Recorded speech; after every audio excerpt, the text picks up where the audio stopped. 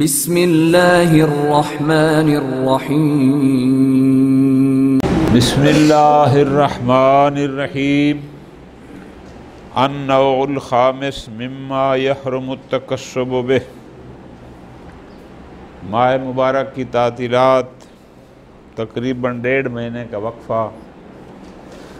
آپ حضرات ماشاءاللہ ماہ مبارک میں تبلیغ کرتے رہے، کتاب کھولنے کا ٹائم آپ کو بھی نہیں ملا، ہم بھی باقی کتابوں کو پڑھتے رہے۔ نوع اول اس بارے میں تھی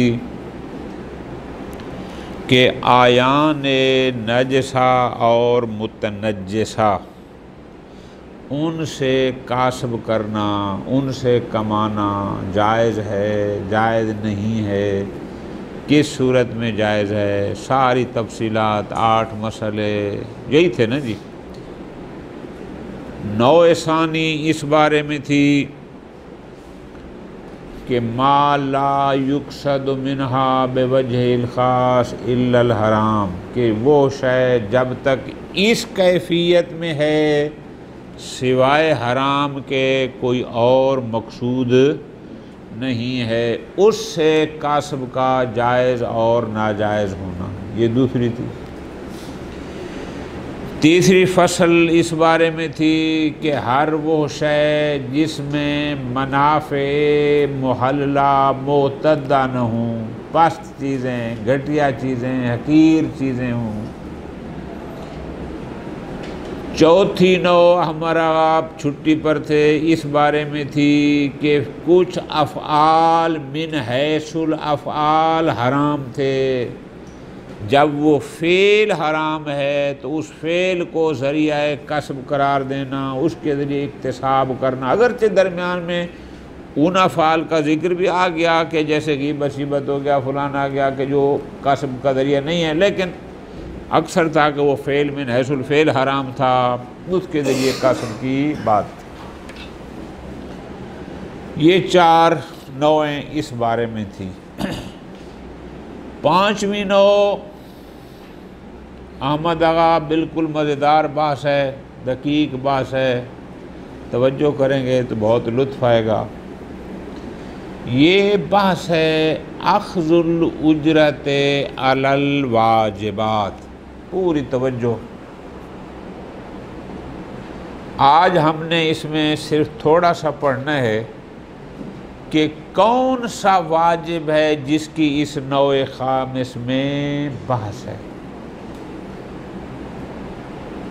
واجب عینی بھی ہوتا ہے، واجب کفائی بھی ہوتا ہے، ٹھیک ہے، واجب تعبدی بھی ہوتا ہے، واجب توسلی بھی ہوتا ہے۔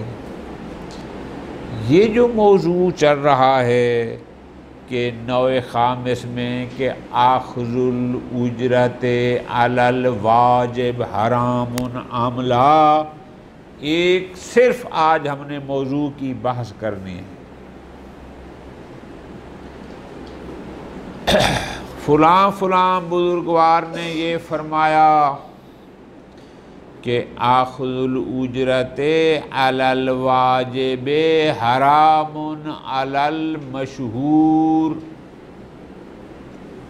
کہ مشہور اخذ اجرت علی الواجبات کی حرمت کے قائل ہیں۔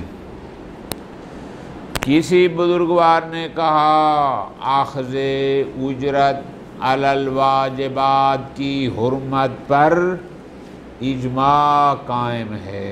بات سمجھ آ رہی ہے نا جی؟ جناب یہ مشہور کی طرف نسبت کیوں دی گئی؟ کیا کوئی غیر مشہور ایسا ہے جو اس اخذ اجرت علی الواجب کی حرمت کا قائل نہ ہو؟ لطف لینا ہے۔ شیخ اعظم نے اس کو اور انداز میں پیش کیا، بہت مزہ آیا مطالعے میں۔ وہ یہ ہے، بعض لوگوں نے یہ سمجھا کہ سید مرتضیٰ رحمۃ اللہ علیہ ہمارے ساتھ اختلاف کرتے ہیں اور وہ اخذ الاجرہ علی الواجب کی حرمت کے قائل نہیں ہیں، اس لیے انہوں نے نسبت دے دی مشہور کی طرف کہ غیر مشہور گویا نظریہ بن جائے گا سید۔ شیخ عالم فرماتے ہیں نا، بات کو آپ سمجھے نہیں ہیں۔ کیوں؟ آپ نے کہاں سے یہ بات سمجھی کہ سید مرتضیٰ رحمۃ اللہ علیہ اخذ اجرت علی الواجب کی حرمت کے قائل نہیں ہیں؟ تو ممکن ہے کہنے والا یہ جواب دے کہ جناب سید مرتضیٰ نے یہ فرمایا تجہیز میت پر اجرت لینا حرام نہیں ہے، حالانکہ تجہیز میت یعنی اس کو غسل دینا، اس کو کفن دینا، اس پر نماز پڑھنا، اس کو دفن کرنا، یہ سب واجب ہے، اور وہ کہتے ہیں کہ اس کی اجرت حرام نہیں ہے۔ پس اس کا مطلب ہے وہ اخذ اجرت الواجبات کی حرمت کے قائل۔ شیخ عالم جواب میں کہتے ہیں نا، آپ نے بات سمجھی نہیں ہے۔ سید مرتضیٰ بھی ہمارے ساتھ اخذ اجرت علی الواجب کی حرمت کے قائل ہیں، جو آپ نے سمجھا وہ مسئلہ اور ہے جو انہوں نے بیان کیا۔ کیوں؟ لطف لینا ہے۔ سید مرتضیٰ فرماتے ہیں اصلاً تجہیز میت غیر ولی پر واجب ہی نہیں ہے۔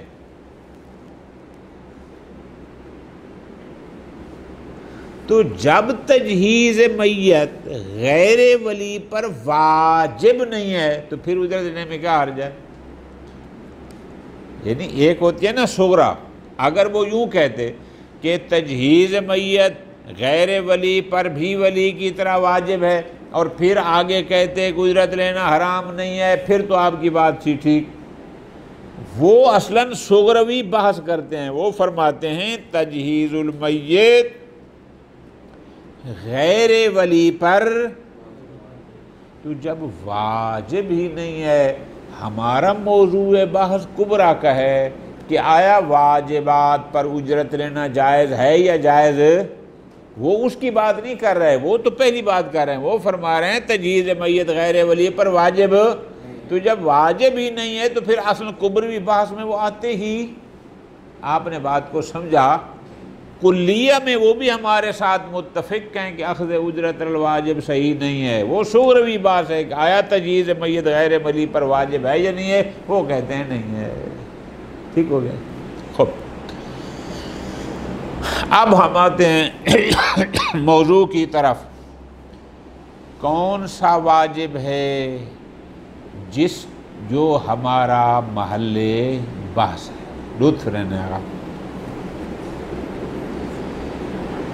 اجرت سے مراد وہ اجارہ والی بات نہیں ہے، یہاں مراد ہے معاوضہ، یعنی واجب پر معاوضہ لینا۔ موضوع ذہن میں رکھیں گے، پھر آگے بات سمجھ میں آئے گی، لطف آئے گا۔ معاوضہ میں کیا ہوتا ہے؟ کچھ دیا جاتا ہے، کچھ، بڑی آسان مثال ہوئی، آپ نے کینٹین سے دودھ کا ڈبہ اٹھا لیا، جگہ خالی ہو گئی، 20 روپے اس کے پاس رکھ دیے، آپ کی جیب سے 20 روپے گئے، وہاں دودھ کا ڈبہ آ گیا، کینٹین سے دودھ کا ڈبہ گیا، وہاں 20 روپے پہنچ گئے، جو خالی جگہ تھی وہ پر ہو گئی۔ معاوضہ عام طور پہ یہی ہوتا ہے کہ جو ادھر سے خالی ہو، ادھر سے آنے والا مال اس کو پر کرے، جو ادھر خالی ہو اس کا دیا ہوا مال، یہی ہوتا ہے۔ شاباش۔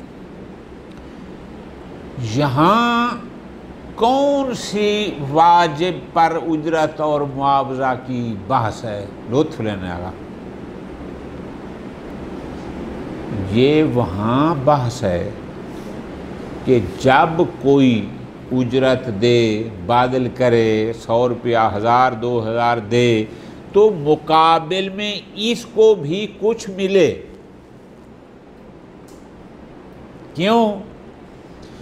وہ والا واجب ہمارا محل بحث نہیں ہے کہ ایک طرف تو اس کو کچھ دے، جواب میں اس کو شاباش۔ آپ نے پڑھی ہے ظہرین کی نماز اپنی، میں کہوں یہ 1000 روپیہ لے لو اور اپنی نماز مجھے دے دو، 1000 تو آپ کے پاس چلا جائے گا، آیا میرے پاس کچھ آئے گا؟ جی آپ نے ابھی تازہ تازہ ماہ مبارک کے روزے رکھے، میں کہوں جی آپ نے رکھے ہیں 30 روزے، یہ 30,000 مجھ سے لے لو اور اپنا 30 روزے مجھے دے دو، آپ کو 30,000 مل گئے، مجھے کچھ ملا۔ یہ والے واجبات ہمارا موضوع بحث نہیں ہے کہ جہاں واجب پر کوئی بادل کرے تو مقابل میں اس کو شاباش۔ تو پھر کون سے واجبات ہیں جو ہمارا موضوع بحث ہیں؟ بس اسی پر آج درس مکمل کریں گے۔ وہ یہ ہیں کہ ایک عمل، توجہ کے ساتھ منور آغا، میرے اوپر واجب ہے، آپ بادل کر کے مجھے کچھ دیتے ہیں اور ریٹرن میں آپ کو بھی کچھ ملتا ہے، وہ کیسے جی؟ ایک شخص مرا پڑا ہے، اس کی تجہیز و تکفین جیسے آپ پر واجب ہے ویسے میرے اوپر بھی واجب ہے۔ ہم 2 بندے اکٹھے مسجد میں داخل ہوئے، ہم نے دیکھا مسجد نجس ہے، جیسے آپ پر واجب ہے ویسے مجھ پر واجب ہے۔ بات سمجھ آ رہی ہے نا جی؟ شاباش۔ اچھا، اب آپ کیا چاہتے ہیں کہ آقا صاحب یہ 100 روپیہ لے لیں، آپ اس مسجد کو پاک کر دیں، ریٹرن میں آپ کو کیا مل رہا ہے؟ وجوب ساقط ہو رہا ہے۔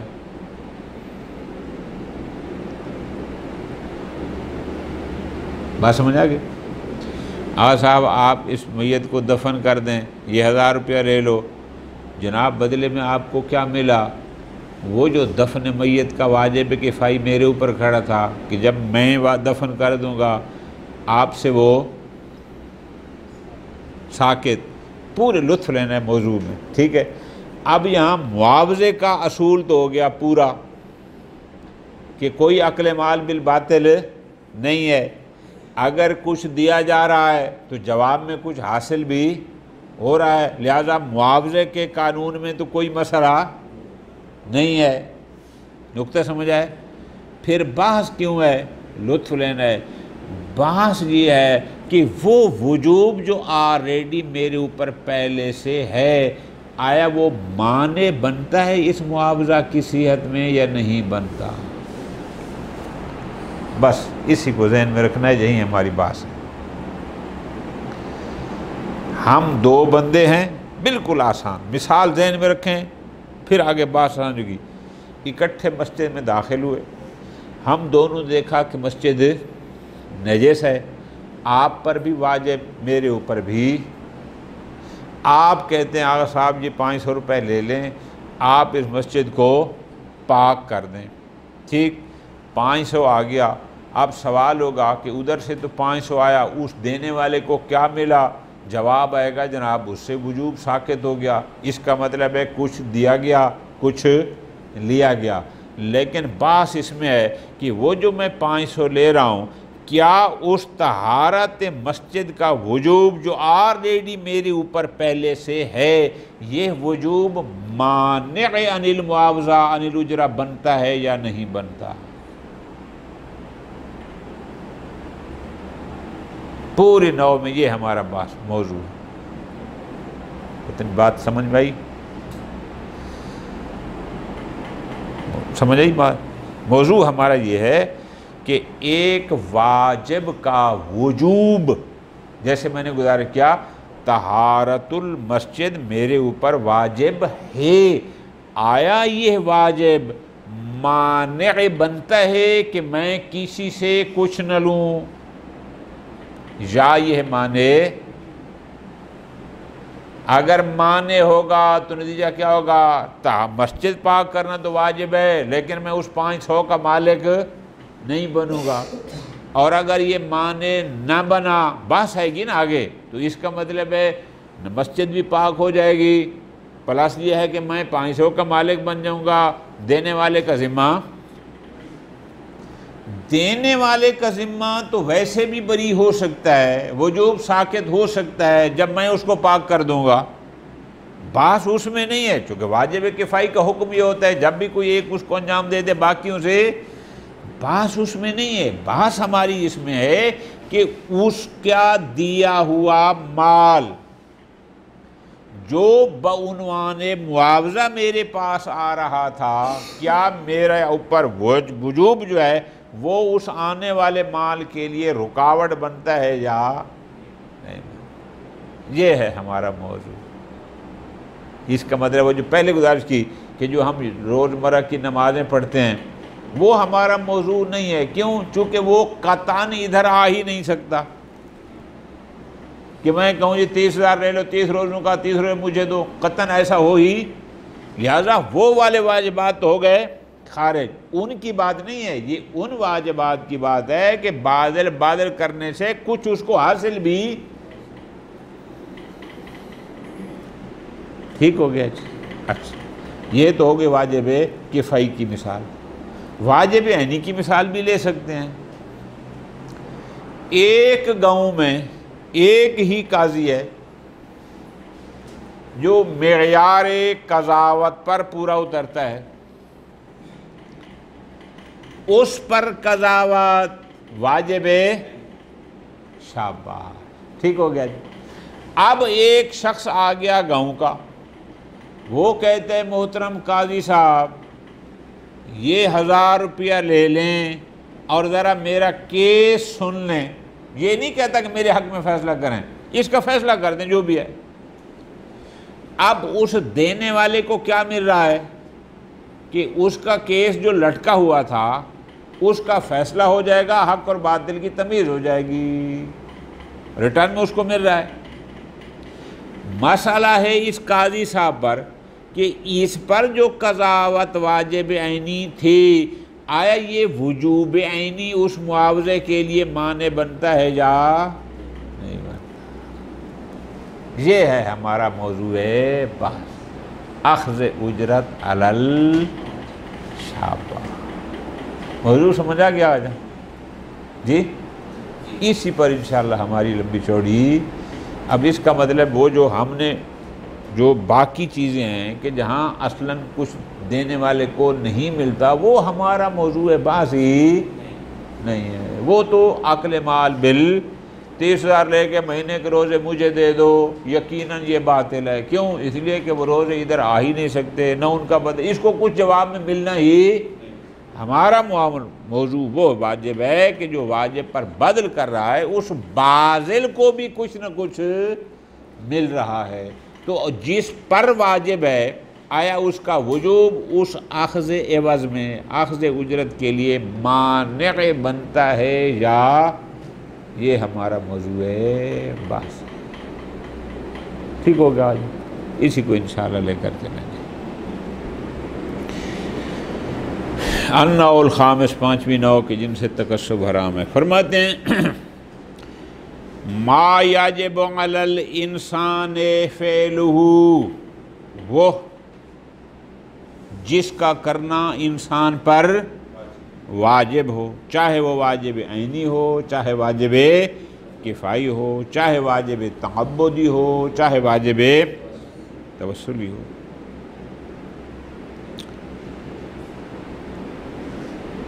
یہ ہے مما یحرم التکسب بہ، مصداق ہے کس کا؟ کہ جس سے کسب کرنا حرام ہے۔ اب ترجمہ مرادی کریں گے تو زیادہ لطف آئے گا کہ جس انسان پر کوئی فعل واجب ہو، چاہے عیناً، چاہے کفایتاً، چاہے تعبداً، تجسساً، اس سے کسب کرنا حرام ہے۔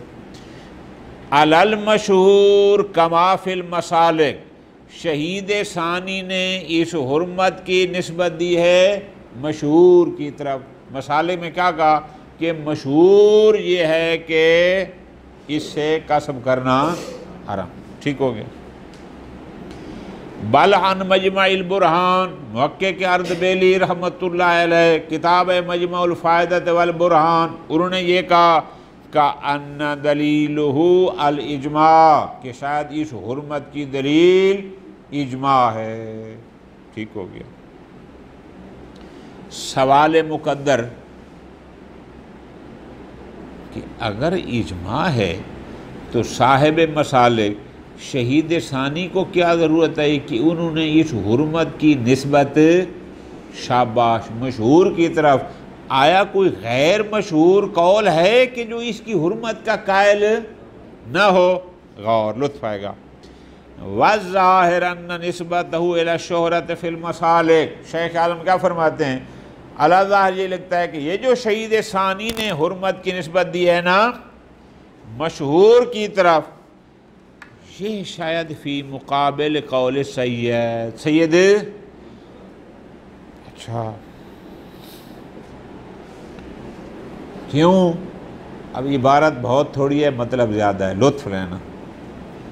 سید مرتضیٰ نے یہ کہا کہ تجہیز میت پر اجرت لینا حرام نہیں ہے. ترتیب بنانا، ایک سطر ہو گئی نا. اس سے شہید ثانی نے یہ سمجھا کہ جناب تجہیز میت تو واجبات کفایہ میں سے ہے. اس کا مطلب ہے سید مرتضیٰ واجب پر اجرت کی حرمت کے قائل نہیں ہیں. انہوں نے یہ سمجھا، اس لیے انہوں نے المشہور کہہ دیا. گویا کہ سید مرتضیٰ کا ہمارے ساتھ اس مسئلہ میں اختلاف ہے، قول غیر مشہور نادر ہے.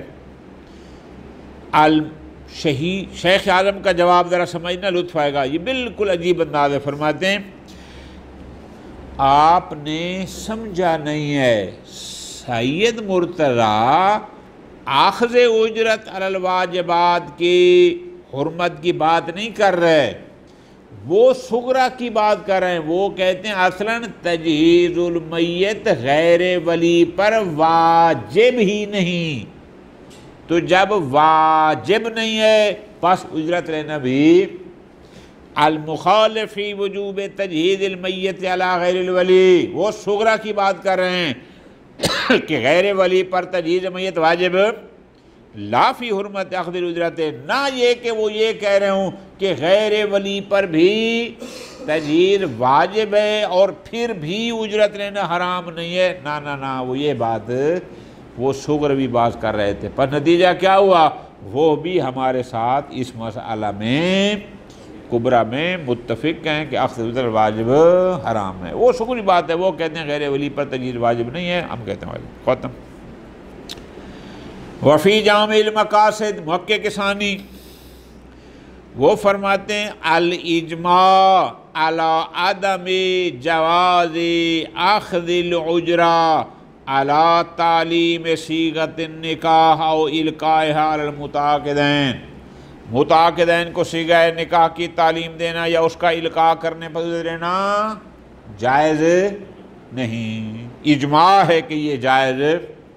اب یہاں چھوٹا سا سوال ہے، تعلیم اور القاء میں فرق کیا ہے؟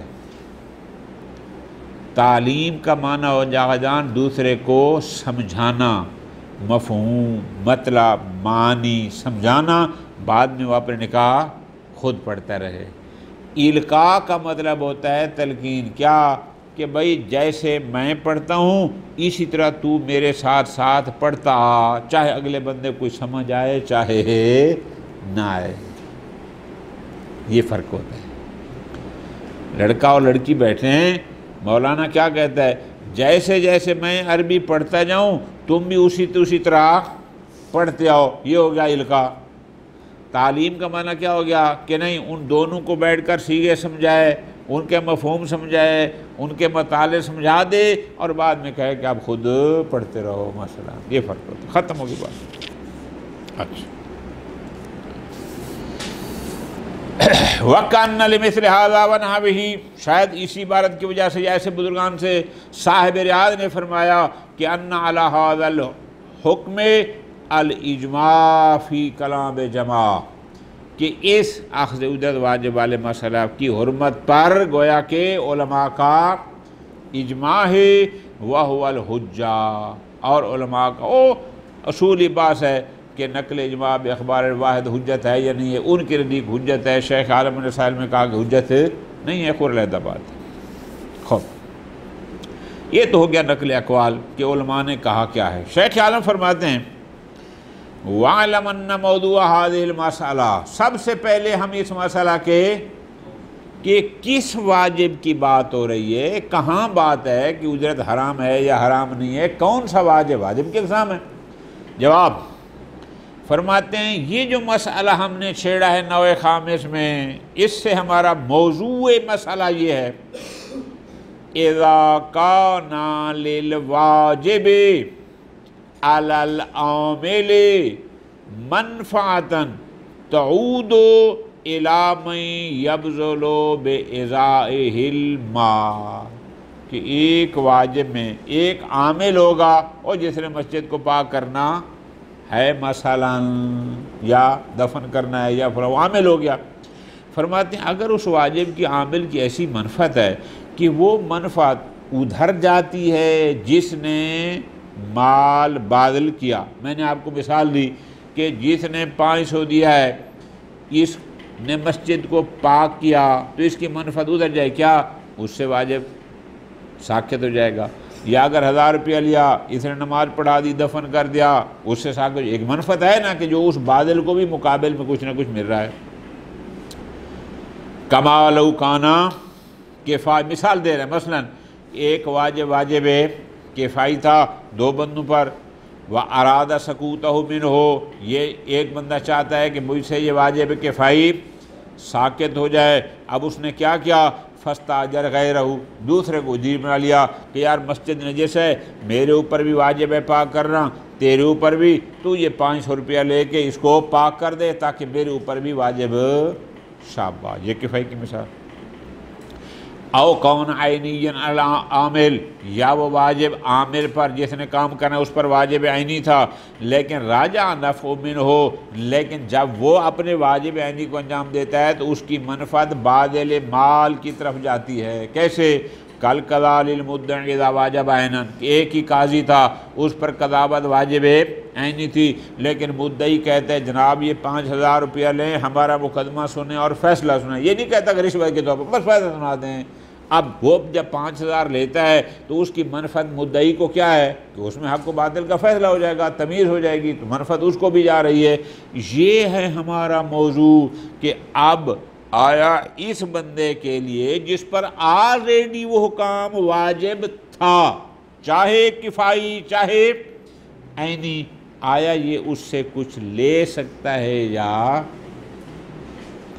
وَبِعِبَارَةٍ أُخْرَى، یا اس کو دوسرے الفاظ میں یوں سمجھا سکتے ہیں کیا کہ مورد الکلام، کہ ہمارا محل بحث وہ واجب ہے کہ لو فرض مستحبا، کہ اگر یہ واجب نہ ہوتا، مستحب ہوتا، لجاز الاستئجار علیہ، تو اس پر اجرت لینا شابہ جائز تھا۔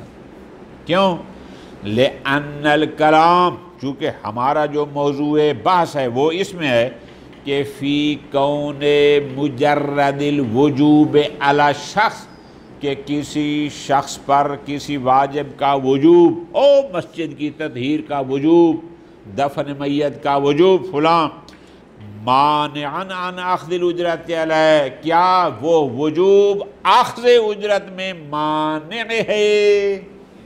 بات سمجھ آ رہی نا؟ بس لہذا یا نہیں، یہ ہے ہمارا موضوع بحث۔ چونکہ آلریڈی ایک کام اس پر پہلے سے واجب ہے تو پھر اجرت کس بات کی، معاوضہ کس بات کا، آیا یہ مانع بنتا ہے یا نہیں؟ لہذا فَمِثْلُ فِعْلِ الشَّخْصِ صَلَاةَ الظُّهْرِ عَنْ نَفْسِهِ، لہذا اگر ایک شخص نماز ظہر پڑھتا ہے لیکن اپنی پڑھتا ہے، لا يجوز اخذ الاجرت علیہ، اس پر بھائی آج میں نماز پڑھنے جاؤں گا، تو نے مجھے 100 روپیہ دینا ہے، کس بات کا، تو اپنی نماز پڑھنے جا رہا ہے، 100 روپیہ مجھ سے کس بات کا پھنسنا، اس وجہ سے تو پس لا لوجوبہا، توجہ میری جان، یہ جو ہم کہتے ہیں کہ اپنی نماز پڑھنے ستا، اس لیے نہیں کہ واجب ہے، وہ اس لیے نہیں لے سکتا لعدم وصول عوض المال الی باذلی، کہ اگر وہ 100 دے تو جواب میں اس کو اس وجہ سے، بات سمجھ آ رہی ہے نا، وہاں قضا نافلہ. لہذا ہمارا محل باز کیا ہے کہ یہ کچھ کرے اور باذل کو بھی کچھ ملے. معاوضے کے حساب سے تو ہے ٹھیک، لیکن بات یہ ہے کہ آیا وجوب اس عوض لینے کے لیے مانع بنتا ہے یا نہیں، یہ ہمارا موضوع ہے، بات ہے، اور اسی کو انشاءاللہ لے کر چلیں گے. صلی اللہ علیہ وسلم.